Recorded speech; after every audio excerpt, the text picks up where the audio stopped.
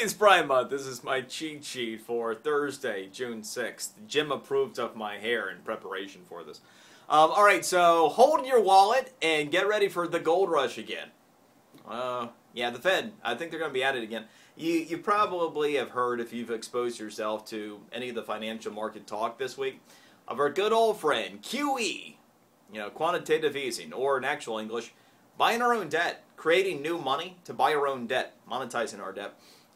It's probably going to happen again. Yesterday, 3 different Fed governors came out, and today Ben Bernanke will be talking, so this might actually have some substance to it because he could signal whether or not they're going to buy more of our own debt. What actually happens in this? Let me recap, and I've spent some time in the past explaining it. Basically, when the Fed monetizes our debt, they're putting more U.S. dollars out there, more money supply in the ethos. And what happens when they create more? Well, it makes the dollar that's in your pocket, the dollars that already exist, worth less, and it inflates our money. Okay, that was the #1 reason why commodity prices jumped the previous 2 years. Why oil prices rose as much as they did. Why the price of various goods at the grocery store increased near as much as they did. Because ultimately, everything that's traded in U.S. dollars becomes more expensive. It takes more dollars to get there. They printed over $1 trillion just of new money. The net effect of it by the time they were done was a 13% watering down of your dollar. So if you had a dollar going into 2010, for example, it was worth 87 cents by the time we got through May of last year when they ended QE2. Well, if they do it again, we have no idea how big it'll be, how long it'll go on, or how much they'll inflate your money, which leads to the gold rush again. Remember, gold, during this whole quantitative easing process, got to nearly $2,000 an ounce. It was over $1,900 an ounce at its high. Well, it's backed off since then. It's been a year since they watered down our money. It was May of 2011 when they stopped. So gold could end up becoming, if they do this again, a desired safe haven because you can't inflate new gold. You can only mine for it if you find it. All right, and in essence, what this is, because the Federal Reserve is out of bullets, interest rates are already at 0. This is like, they've already fired all the bullets in their gun, and now they're just going to go around and try to pistol whip people and hope that works.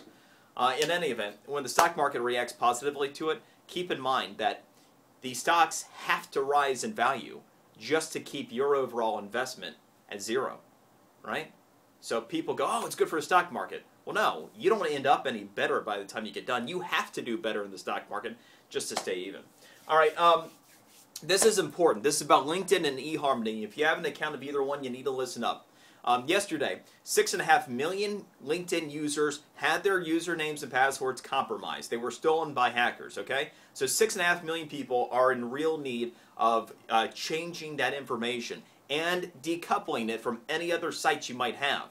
All right, so if you use a password, username you don't need to worry about as much, but the password, if you shared it LinkedIn with anything else, change the LinkedIn password, change it on something else. And here's the next problem. LinkedIn yesterday sent out emails to the people who were affected. Well, when they announced they were doing this, guess what the hackers did? They sent out emails to as many LinkedIn users as they could, making it look like it was the LinkedIn email with instructions on what to do, which included clicking on a link in that email. If you do that, it's going to direct you to a site that looks legitimate, but it's not, and everything they ask for is going to be stolen and used against you. This is so critically important. Do not, and I mean do not, even if it is perhaps the real LinkedIn email, click on any link in any email that has anything to do with LinkedIn.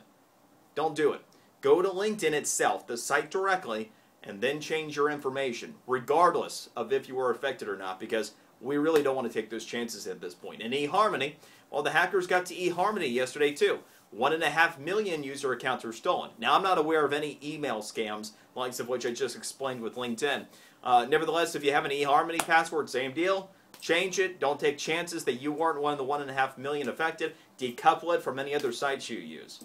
Sorry to be the bearer of bad news on that one, but better to be safe than sorry. And the media, unfortunately, was an unwitting accomplice in this yesterday when this was going down, because they're explaining, hey, LinkedIn's going to send out that email for you to help. All right. Real quick, Google Maps. This is kind of cool. If you've ever been on the road and you lost network service and are using your map feature on your phone or your mobile device, that can be a lost feeling because you can end up being lost. You just lose your map.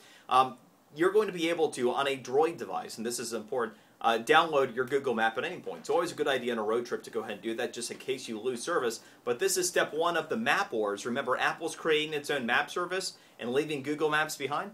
Google is making this feature available only on Android devices. Cheat sheet for today. Enjoy yours. See you tomorrow.